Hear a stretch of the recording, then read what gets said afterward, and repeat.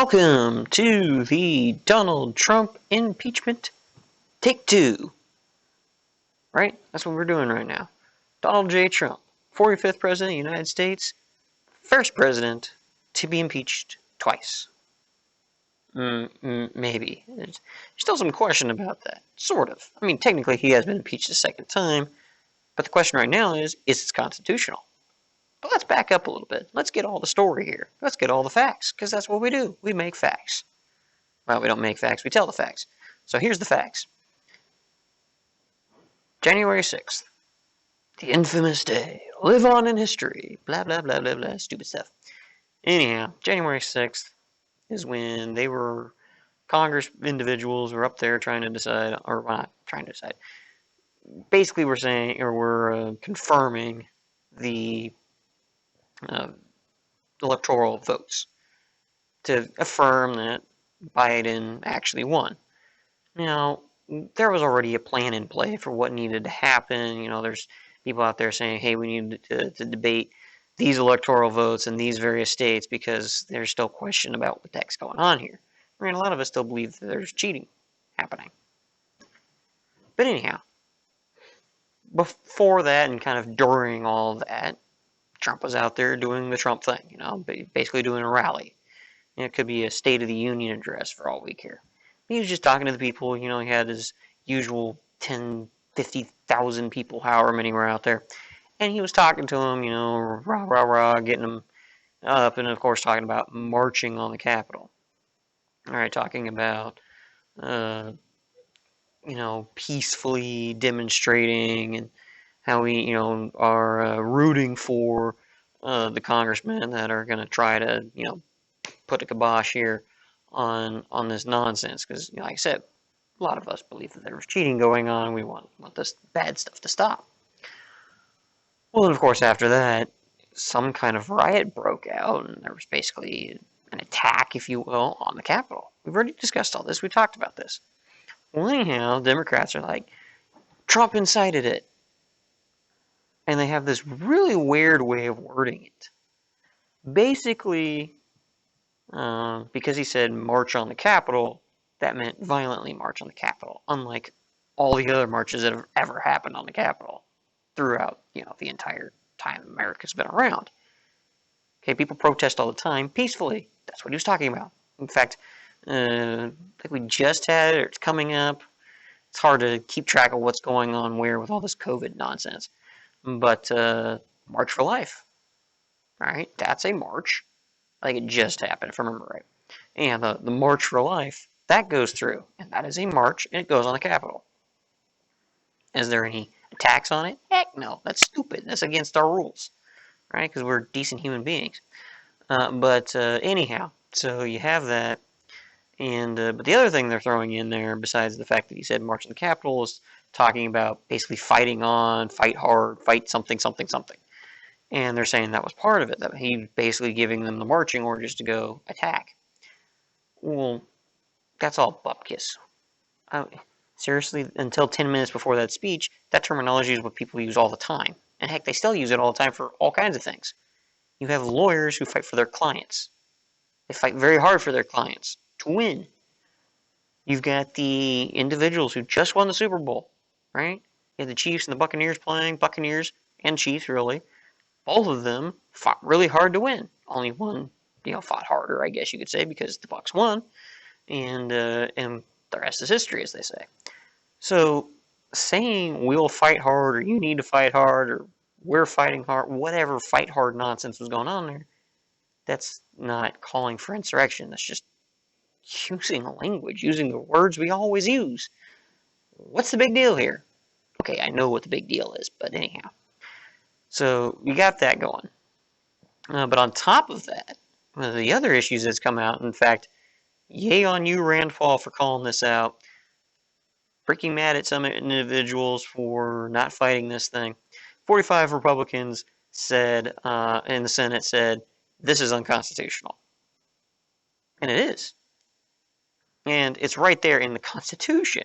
It's not unconstitutional because, we did this weird miscombobulation of the Constitution. No, it says in the Constitution that when it comes to impeachment and it names off who can be impeached, president, vice president, Senate, House, judges, I think.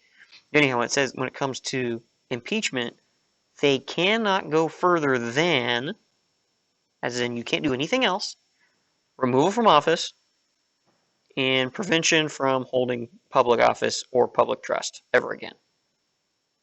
Those are the only two things you can do with impeachment. That's it. For your crimes. Now, it does have in there wording that says this doesn't mean that they can't still be held in a regular court for other things. Let's say, for instance, that, well, we'll go with the joke.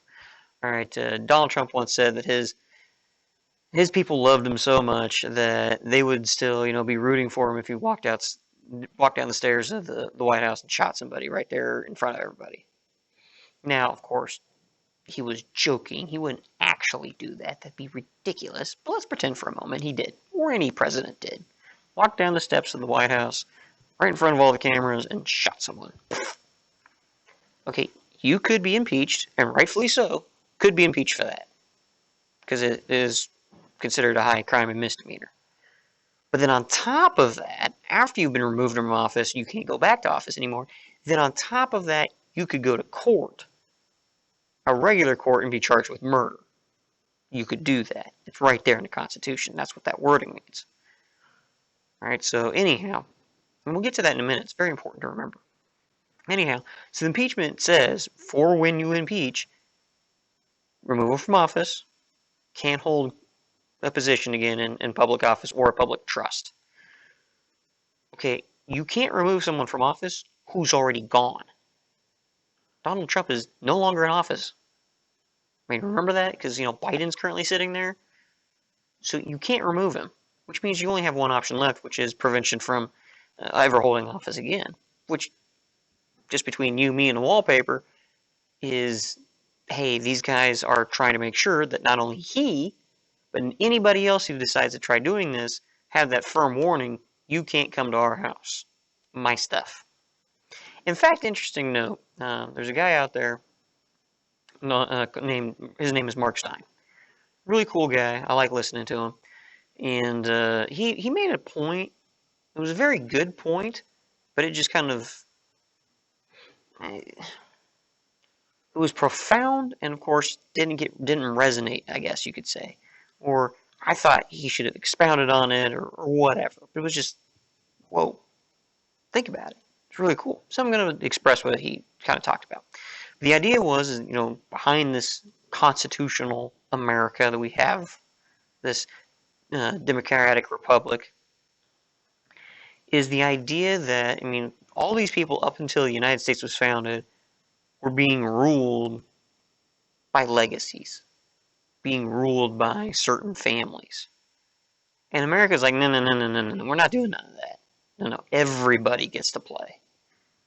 You get to play. You get to play. You over there, you want to play? Come on up. If they want to elect you, you can sit in office. That's what we had. Well, we don't have that anymore. Think about it. You've got all these old, almost said a bad word there, folks. We'll go with folks. These old folks that have been up there for years and years and years. They literally made it careers. Some of them are up there 30, 40, even 50 years. That's old. Go home. I don't want to say let somebody else be in charge, but really let somebody else be in charge. This is ridiculous. And then on top of that, you're now starting to get the family legacies going. We already kind of saw this once with the Kennedy family. He had all of his little family members all over the place. And some people just kind of thought of that as an anomaly, but really think about it. It's becoming more and more the thing. You've got the Bushes. They had that, you had George Herbert Walker Bush and then George Walker Bush, 41 and 43 respectively. And then Jeb Bush, who's George W. Bush's brother, he tried running for president. He was governor of Florida for several years. He tried running, didn't make it. Trump beat him out. And, so there's that for that family. But then you've got, the Bidens doing their thing. You got, even I'll throw Trump into this too. He had his family in all kinds of different spots in his cabinet. And I can kind of understand that, especially when you got a lot of people you don't trust. You got to bring in who you do trust. But there's definitely this whole family thing, this legacy thing. In fact, that was one of the mentions somebody else was mentioning about. Um, I can't remember names, but basically that somebody who was a baby at the start of the Clinton eras or whatever, now he's in office doing who knows what or whatever. But there's definitely this legacy thing going on. There's just all these various things that are happening, but you start, if you look into it, if somebody digs in deep, doesn't just look at the surface, but starts to dig in, you can see all these family tree web things going on where everything's connected. I mean, right now we got the whole Biden thing, Hunter Biden, where he's got all these connections out in China and Russia and Ukraine, not Ukraine, yeah, Ukraine. All right, an Ukrainian phone call. Got all them connections out there. Obviously, the Clintons. Some people like to refer to them as the Clinton crime family, um, because I mean they're doing basically the same thing, only a little bit more mob style. But you just have all these things going on. It's just a huge mess, and that's not what this country was founded on. That's not its purpose in life, and yet that's what we've got going on right now. And so when somebody, an outsider, which really there shouldn't be an outsider in United States politics, that shouldn't be a term that we use, but it is because that's what it's gotten to. But anyhow, an outsider, Donald Trump, came in and he said, "Yeah, I don't like the way you guys are running things up here. Let me take over. I'll fix this real quick." And he did. He fixed a lot of things. We're not going to get into what he fixed. We're not going to talk really anything about all the things Biden's done to repeal him. Maybe we'll do another video on that. Who knows? But the thing is right now, that's what the impeachment's about. It's not about inciting a riot. It's not about justice. It's definitely not about justice. I don't want anybody to mistake that for half a second. This is not about justice at all. The sole purpose of this stupid thing, this impeachment, is to hurt him, to attack him, do every bit of damage they can against Trump. And then on top of that, use it as a warning shot at anybody else who tries interfering. Anybody else who ain't already inside of this big old conglomerate family from ever trying that again. So, of course, the American spirit would be, yeah, we're going to have people trying this again. In fact, I'm going to make a prediction right here. Somebody else is going to try. Heck, I might even try. We'll see what happens. Right? Who doesn't want a superhero in office? That'd be awesome. They tried that once. Not really. But anyhow, I was actually a supervillain. Lex Luthor became president in one of the alternate universes for DC. Another story, another day. But that's what we have right now. We have this impeachment trial, not for any sort of proof, not for any kind of justice. It's all about hurting Trump and making sure nobody else tries to play this game again. Now, like I said, a lot of people are saying this is unconstitutional. In fact, 45 Republican senators said, the heck with this is unconstitutional. Which should already point out that when this impeachment kicks off and they go through whatever stupid rigmarole they're going to go through, whenever they get down to the final vote of conviction, according to the rules of the Constitution, the thing you're supposed to be following anyhow, you need 2/3 majority. You ain't going to get that if 45 people already said this ain't even constitutional. Now, it's a split Senate, 50-50, 50 Democrats, 50 Republicans, which means 5 Republicans voted that it was constitutional. Let's go through with it. I'm not going to name off their names, but I'm going to shove some boots up rear ends if and whenever I get in touch with them. Because that's stupid. They know this is unconstitutional. But anyhow, most of them are not really names that anyone was surprised to hear.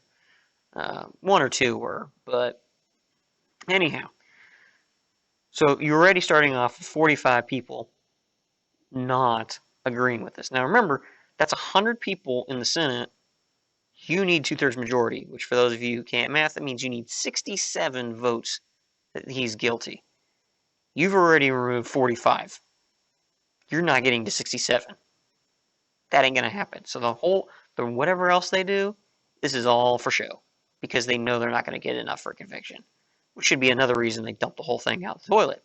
Now, like I said, this is just the Senate, led by Rand Paul. He was the one that started this. He was the one that said, nope, this is unconstitutional. This should be shut down.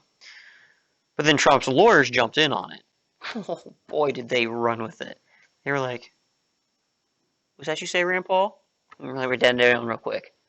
And they basically repeated it, regurgitated it, threw in a little bit more research behind it, that kind of thing. But they basically said the same thing. In fact, they went and do. I actually sat there and read it. It was a really interesting piece because it's one of those things where Trump being Trump, if you ever listen to Trump speak, I'm not talking about the stupid sound clips that CNN and MSNBC and Fox News and all them whack jobs put out there of him saying, these one-liners. If you actually listen to him speak for like half an hour, 45 minutes, he talks like I talk, as in a real human being. He's not talking, all these big fancy words and trying to make your head spin with political speak, or in case of lawyers, what I like to refer to as lawyerese.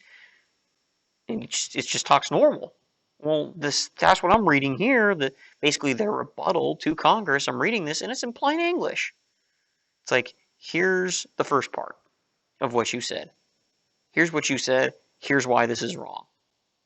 And in fact, one of the other things they added in there that Rand Paul didn't talk about, but was also a very good thing, is they said that you have put six or seven different things together to turn it all into one charge, which apparently is illegal, unconstitutional, something along those lines.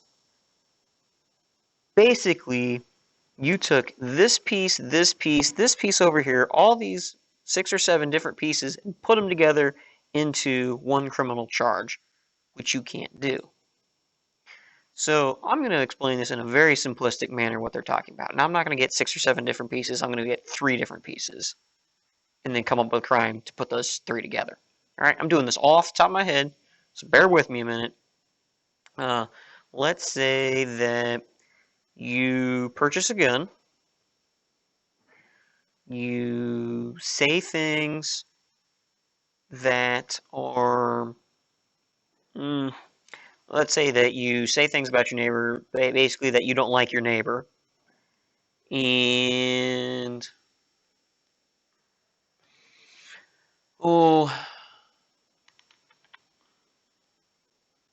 let's say that you've been known to trespass on his property more than once. All right. Or, yeah, let's say that. All right. So you've got one thing that's not illegal. You've got another thing that's mean but also not illegal. And then you've got a third thing that is illegal, technically speaking. But that's not the charge you give him. The charge you give him is murder. Give this guy, is murder because the guy died. Not that you killed him. They're not proving you killed him. They're charging you with his murder because you had a gun. The guy is dead. You said mean things about him, and you're constantly caught trespassing. Well, that's not really proof that that you did anything. The suspect, if we will, did anything. Okay, you have to go through the entire legal process, collecting evidence. Did the guy die by gunshots? Did, is it even the same caliber as the gun you own? Is there fingerprints in the area? There's this huge criminal thing together. So to add in these 6 or 7 different pieces of what Trump said or did or didn't say or didn't do or whatever, and say it all together that means he incited a coup is wrong. You can't do that. All right? That might be evidence enough to get for probable cause. Because in that case, if you went up to a judge and say, hey, sir, this guy owns a gun, he's trespassed and said mean things about this neighbor that just died, yeah, a judge might sign off on a search warrant to say, okay, let's take a look-see. But that's all you get. You wouldn't get any further than that. So with this thing here, you've got, I don't remember all the pieces. I mean, I did read through them, but it was basically, like I said, the March on the White House, not illegal. Fight to take our country back, not illegal. All right, we're not. He didn't say physically fight. I mean, it's the same thing. You know, like somebody might fight for their baby's life, or you might fight for your own life, you know, battling cancer or something. Again, lawyers fighting for their clients, right? And I can't remember, but there were, I mean, they had those two, so some of these things over here um, was one thing. I know another one they pulled, and like I said, it was way the heck out here, is, I'm trying to remember the exact wording, it was really bad. But basically, lying about the fact that the election was stolen, or saying that the election was stolen with no evidence, or what. I can't remember the exact wording, but it's basically, you said something we don't agree with, therefore you're wrong. And these lawyers, they freaking slapped them. They said, excuse me, you don't have proof that he's wrong. And even if he is wrong, he's allowed to say that because of this thing we like to call the First Amendment to the United States Constitution. It's called freedom of speech, and they're throwing in their freedom of thought. Okay, I disagree with that because it's not called freedom of thought. I know what you mean. I know what you're getting at. I know what you're trying to fight for. I agree with all counts, but it's not referred. That's one of the things I always had an issue with freedom of religion. Is now some people are trying to refer to it as freedom of religion and freedom from religion. No. That's not what it says. It says you are free to practice your religion. It doesn't say that you are free to tell people to go pound sand if they are trying to, bring you into their religion. No, it doesn't say that at all. Again, another debate, another time. So we have this, right? We have this freedom of speech that's basically being infringed upon. He can say whatever he wants. Now, some people out there, a few different individuals I've heard, very upset. This is unpresidential for you to say that this election was stolen. Shouldn't have said it in sitting in the seat of the president or whatever. The whole positional power thing, because you saying it as president is what leads people to do these things. Okay, no, that's not how this works. All right. Yes, freedom of speech. You can say whatever you want. There's a lot of things that Obama said that made me mad. But it's what's going on in his head. How am I supposed to know if I want to vote for this guy if he's not telling me what he's thinking of? Heck, that's the one positive thing to Obama. One positive thing is at least he was truthful to a point. I mean, obviously, some of the things he was truthful about, or I should say, some of the things that he did, he was lying about. But there are some things, a lot of things that he said that were very truthful and very just hurtful to the entire nation. About he's very truthful, thinking that we need to apologize to the entire world because we exist. All right, that's what he actually thought. So that's a good thing he said that. That way, I definitely know not to ever vote for that clown. But anyhow, so this, if I'm thinking of, do I want to vote for Trump? Yes, no. And I hear him saying this election was stolen. Some people are going to go with the election was stolen. Other people are going with this guy's a crackpot. All right, that's how this works. It's fine. So anyhow, like I said, these lawyers, they went and took all these different, like I said, 6 or 7 pieces. First off, they went bam, bam, bam, bam, bam, bam. Here's where you're wrong on all of these accounts. And then they wrapped it all together, a nice little bow, and said, you can't turn this all into one charge. That's illegal. It's unconstitutional. Can't do it. Now, there's a few other pieces to this too. Very interesting stuff.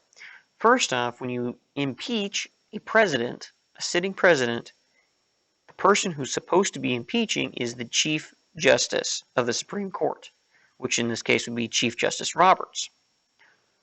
Well, and Roberts already sat on the first one, because that's what he's supposed to do. But Roberts said, no, I'm not part of this. Why? Because Donald Trump is now a private citizen.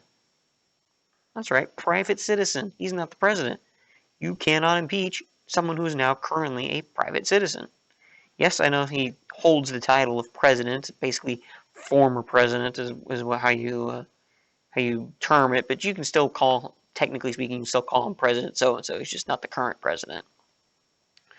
It's kind of like Pope Emeritus Benedict. He still holds the title of Pope, even though he's not currently sitting in the hot seat. But, he still has the name, sort of. So, anyhow, that shows right there that this whole thing is unconstitutional. In fact, I heard a little rumor out there, and I hope this rumor turns into a great big old flame and happens. But there's actually talk that this may actually go to the Supreme Court, go before the Supreme Court, and that's why Chief Justice Roberts is sitting it out, because he's prepping himself to hear the case that this is unconstitutional, shouldn't have happened.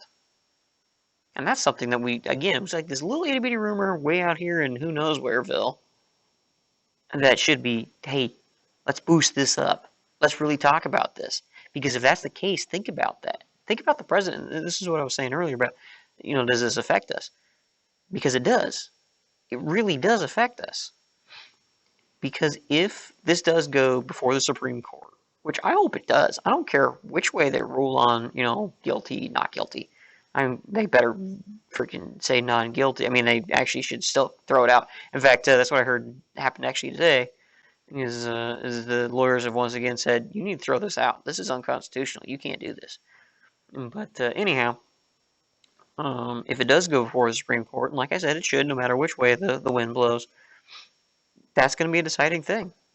Whatever is decided there is going to open up some big doors. Because if they say, if the impeachment starts while he's president, but you don't ever get to the actual trial bit until Senate, then yes, that's constitutional, blah, blah, blah, then you're going to have a lot of people down the road start pulling some shady stunts. A lot of people. That's going to end up being a giant mess. All right, we're basically going to go down as country in flames. We can't have that. All right. Now it depends on how it's worded, and that's one of the big deals. Is if they word it specifically like that, then it can be a giant mess. They're gonna, and we all know who's gonna start these stunts. It's definitely gonna be the Democrats. All right, Republicans don't pull this kind of garbage. But let's say, for instance, that it's worded of, can you impeach a former president?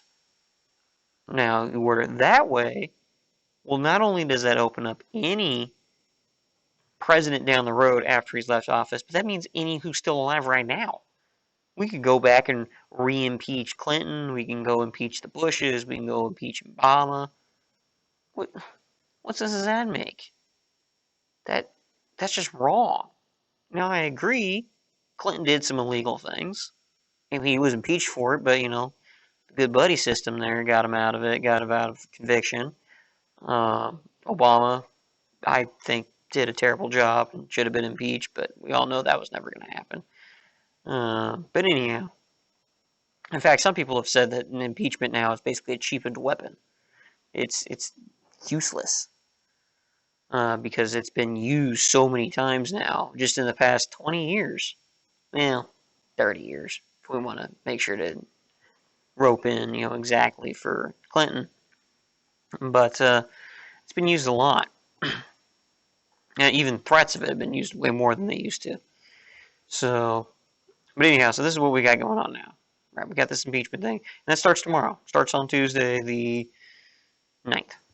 Right? Yeah, I think so, February 9th. So anyhow, we'll see what happens. Well, by the time you actually watch this, it might actually be the 9th, or it might be after the 9th, who knows. But it is going to be something that's going to be interesting to watch. I know there was a lot of discussion and debate on whether they need to bring in witnesses, which is another thing that they're talking about, is the need for witnesses. It's actually interesting, now I'm thinking about it, should have mentioned it before, but basically what was said was, we don't need to bring in witnesses because we were here to witness what happened. We the people in judgment are the ones, who are the witnesses as well. And it's kind of interesting to me because if you roll back a long ways, in fact, they might want to open up the book that they rest their hand on when they're swearing testimony. Right hand on what's that called? The Bible? Oh, yeah, the Bible. Open that up where the lead Pharisee, the head Pharisee, rips open his garments, tears his garments, and says, what further need have we of testimony? What further need have we of witnesses, I think. So what he says. Basically, we all heard him say blasphemy in front of us. We don't need any more witnesses.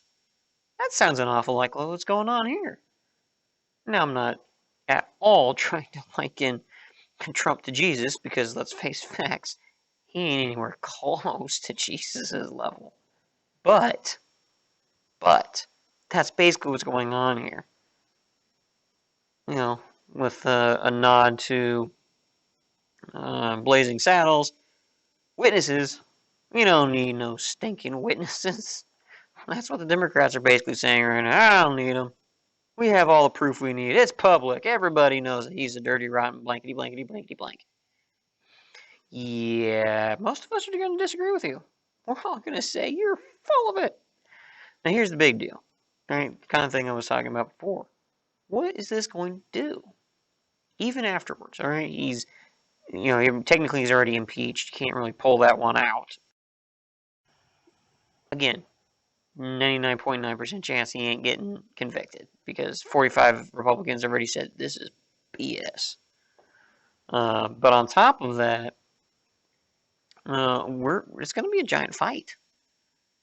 It's going to be, and it's been for years and years and years and years, this constant us versus them fight. But now it's going to become even more pronounced. It used to be a little bit more backstabby, in the shadows, cloak and dagger type stuff. Well, this is going to be freaking out in public now of who's on whose lines. I mean, the lines in the sand are being drawn right now. We're seeing who's stepping on whose side. I'm not saying it hasn't been that way before. It has been for years now, but this is becoming more apparent and more people are noticing it. Which is what I was talking about before with the whole Civil War thing. This is that type of Civil War. It's probably not going to be fought with bullets. It's probably not going to be fought with knives and sabers and whatever else. But it is going to be a line in the sand, who's on whose side. And it's going to be that kind of a fight. It's going to get very, very messy. Again, hopefully not physically, but definitely verbally. It's going to get very dirty. Even more so than we've seen it before. Now, again, another point I want to throw in there before I finish out this video. Somebody else had mentioned about the actual riots. One of the things that they were saying in there, that basically Trump caused an insurrection. Well, a lot of people have been now asking the question. It was kind of one of those quiet murmurs, but now it's starting to come into a roar. If this was an insurrection, where's the guns? Because now there's evidence that this stuff was pre-planned. And we already heard rumors day of, day after, that there was some planning going on there. I mean, there was talk of pipe bombs being in certain offices. Was it the RNC and DNC, Republican National Committee, and the Democratic National Committee? Their offices had pipe bombs in them. There might have been one or two in a few other offices. There's now been proof that some Antifa members were there causing trouble. They tried calling that stupid guy in the Viking helmet, the guy I made fun of in the video on that, just this Fallout guy. They kept trying to say he was QAnon. Yeah, whatever. That dude's freaking Antifa. We all know it. But anyhow, there's a lot of prep in it. There was definitely signs of prep, which from the sounds of it, they're going to actually try using that to show that Trump didn't instigate it, because you wouldn't have time to build pipe bombs and put on your stupid wardrobe and whatever else to say, or to, go into that. Of course, again, the defense could be that when it comes to the weapons question, well, they didn't have time to go home and grab their guns. Whatever, who knows? But that is one of the things a lot of people are saying. Is this truly an insurrection or just a riot? Because an insurrection, now if this was England, an unarmed insurrection could make sense. I would like to say France, but let's face it, their guys would surrender before they insurrectioned. That doesn't make sense. But anyhow, you know what I mean. But Americans, we like our guns. If we're planning on storming a place and insurrecting, or however you terminologize that, of running an insurrection, running a coup or something like that, we're not doing that unarmed. There's no way that's going to happen. And again, they might say, oh, the bombs, that's their army. No, that's like 2 bombs. Alright. The rest of them should have guns and knives and whatever goofy stuff they got home in the closet, 1 or bazookas or something. But that didn't happen. It was all fisticuffs, right? The only people who were armed were the police. The only people who have been shot, from what we've heard so far, were protesters, right? Like the cop, one or two cops, or however many that died. There have been nothing released yet on how they died. There's actually a lot of people starting to ask that question too on autopsy results. You know, brains bashed in by a club or fire extinguisher or somebody's shoe, or was he shot, knifed, stabbed, whatever? What happened? Because that'll kind of give further evidence as to riot versus riot. Riot just a protest that went into destruction. Insurrection is trying to take over. And if these guys are trying to take over, that was the worst. I mean, that was the worst. Absolutely, that's the most botched up. That's what I'm trying to go with. The most botched up insurrection in the history of the world, because that was completely and utterly useless. So anyhow, we'll see what happens. Hey, I know you've got questions. Maybe not on this topic. Maybe it's on another topic. Anything. What this channel's here for. What's my opinion on it? What's the Realm Warrior's opinion on X, Y, and Z? That's what that comment section below is for. Maybe you want to say something about this video. Maybe you just want to give my opinion on something else. It doesn't have to be politics. You want to talk a little bit about Star Wars? Let's talk about Star Wars. Talk a little bit about Harry Potter? Let's talk about Harry Potter. What do you want to hear? Go ahead. Drop it in the comments below. Again, you guys are smart. Don't have to tell you to use them likes and dislikes. Go for it. That's your freedom of speech right there. Use it. Put those good old boys in blue and the military, both of them, all right? Don't forget. The military fights for it, both boys in blue too. Both fight for your freedom your freedom of speech, so you should use it. We'll see you next time.